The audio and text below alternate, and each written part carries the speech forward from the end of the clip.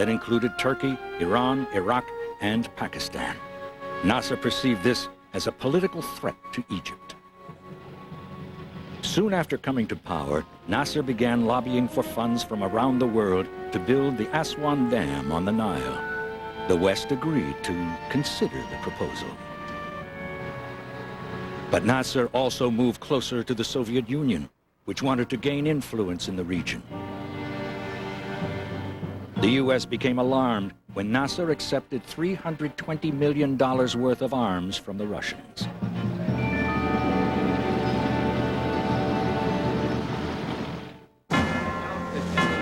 John Foster Dulles, then the U.S. Secretary of State, announced there would be no aid from the West for Nasser's Aswan development program.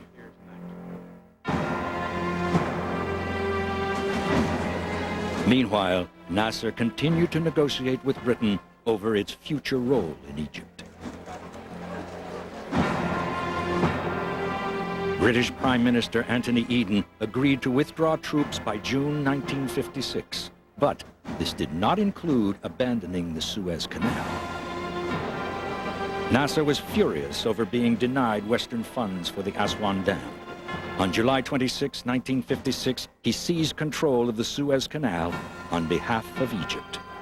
The world held its breath and waited to see how the Western powers would react. The British and French were stunned by Egyptian leader Colonel Nasser's nationalization of the Suez Canal.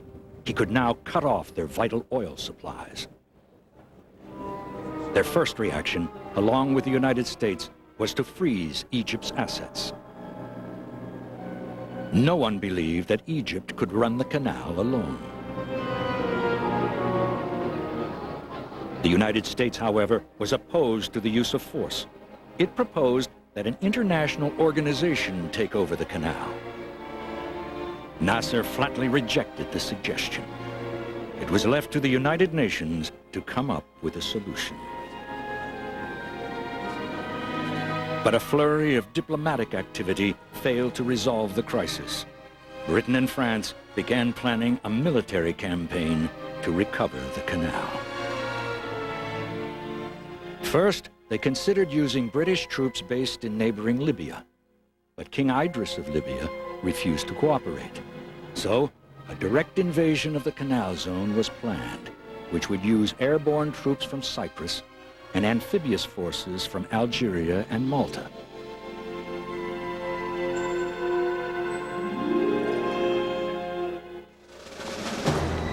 Unfortunately for Britain, many of its best troops were bogged down in Cyprus and Malaya, fighting counterinsurgency campaigns. The United States vetoed the use of any British troops involved with NATO. This left only those troops based in the UK, many of whom were not fully trained. The British government had to rely on reservists. All this took time. Meanwhile, opposition grew at home. Aneurin Bevan, a fiery Welsh Labour Party politician, launched an attack on Eden.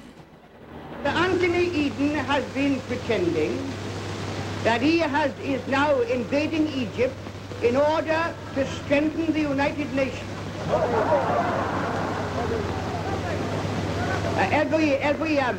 Every burglar, of course, could say the same thing. He could argue that he was entering the house in order to train the police. So if Mr. Anthony Eden is sincere in what he is saying, and he may be,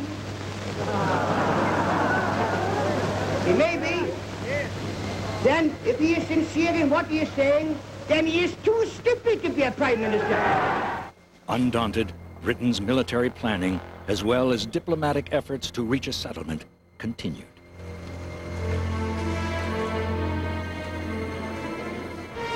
But now, David Ben-Gurion, Israel's prime minister, told Britain and France that his country was preparing to invade Egypt. Israel had long felt threatened by Egypt. Nasser had closed off the Israeli port of Eilat at the head of the Gulf of Aqaba, a narrow Red Sea inlet bordered by Sinai on the west and Jordan to the east.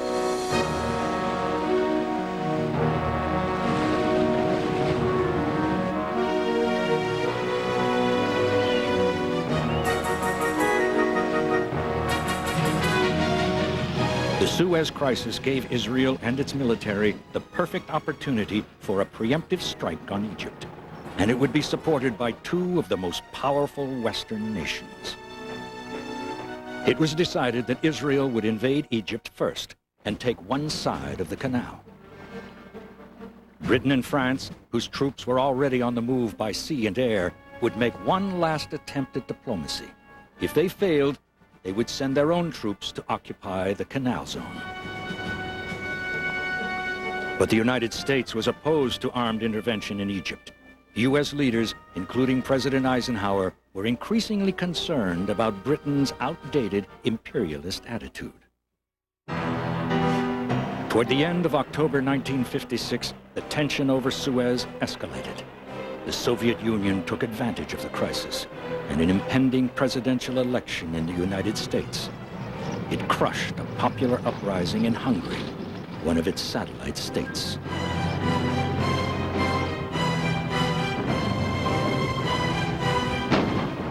A few days later, Israeli paratroopers and ground forces struck Egypt. The crisis over the Suez had now escalated into armed conflict. The invasion of Egypt began on October 29, 1956, when Israeli paratroopers dropped from the sky. Ground forces invaded the Sinai.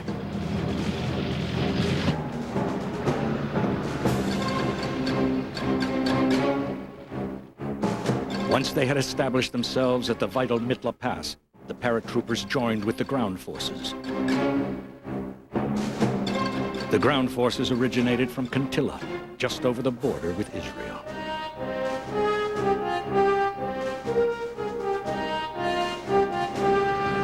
Meanwhile, Israeli forces in the north of Sinai outflanked the dazed and unprepared Egyptians. They smashed through Egyptian defenses at the Suez Canal and swept up masses of bewildered prisoners.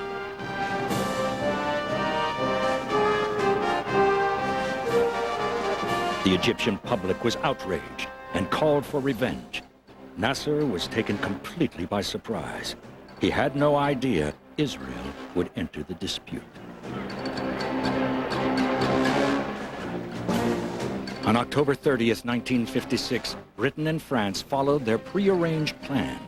They demanded that all fighting cease within 12 hours and both sides withdraw 10 miles from the canal.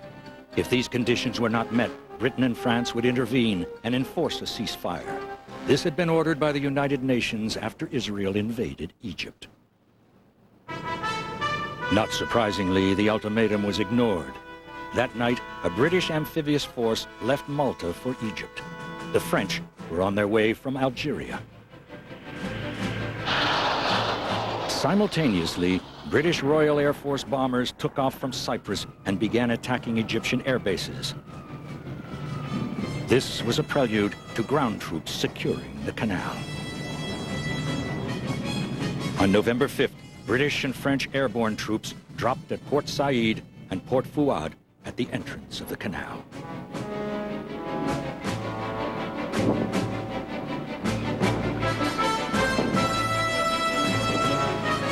The next day, ground troops landed and began to advance south down the line of the canal.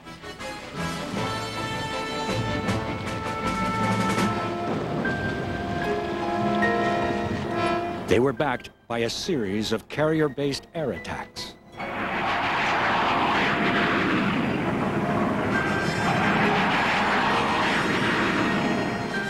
Reinforcements poured in ever-increasing numbers. The plan was to seize the entire west bank of the Suez Canal.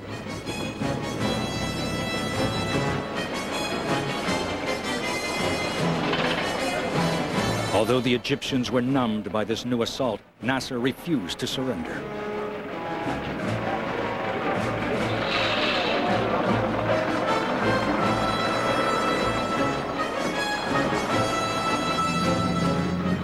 The preliminary naval bombardment, combined with street fighting, resulted in a great deal of damage.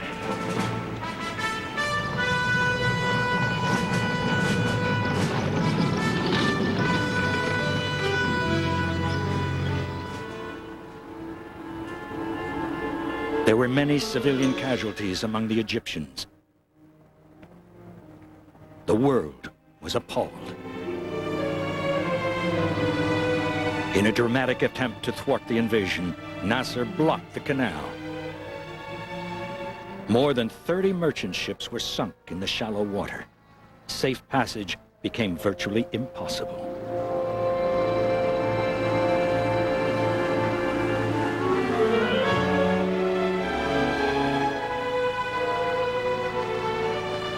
The United Nations demanded an immediate ceasefire, endorsed by the United States. The British and French knew they had to accept President Eisenhower's condemnation. The United States was not consulted in any way about any phase of these actions, nor were we informed of them in advance. As it is the manifest right of any of these nations to take such decisions and actions, it is likewise our right, if our judgment so dictates, to dissent.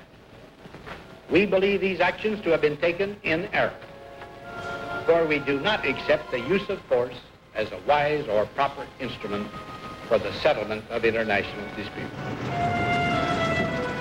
The Soviet Union and its leader Nikita Khrushchev joined the United States in opposing the invasion. Both countries felt it threatened their own interests in the Middle East.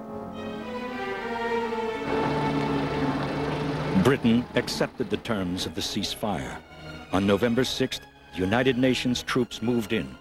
The French also complied with the ceasefire. Neither the Israelis nor the Egyptians dissented. The UN force was met by mixed feelings by the local people. They were delighted to oust the British and French, but did not relish still more foreign troops on their soil.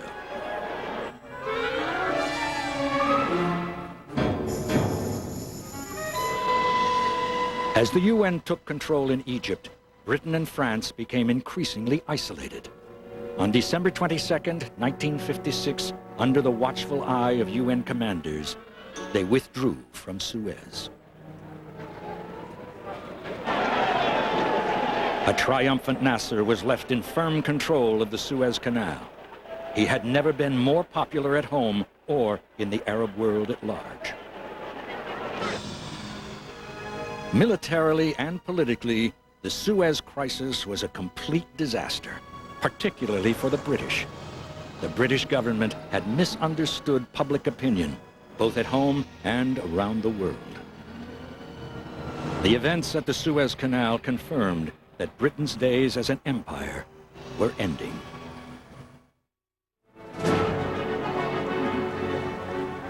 Prime Minister Anthony Eden was humiliated by the affair. He resigned in January 1957, sick and exhausted.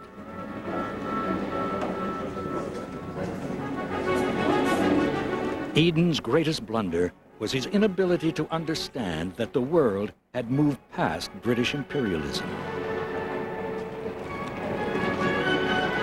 Britain could no longer act as though it ruled the world. In contrast, Nasser's reputation had been enhanced.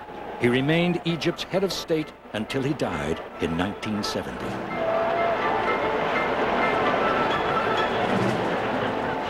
To the chagrin of Britain and France, Egypt went on to prove that it was quite capable of managing the canal efficiently.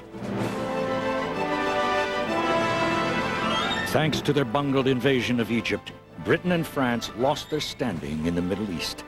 There was little they could do but watch as the United States and the Soviet Union usurped their influence in the region.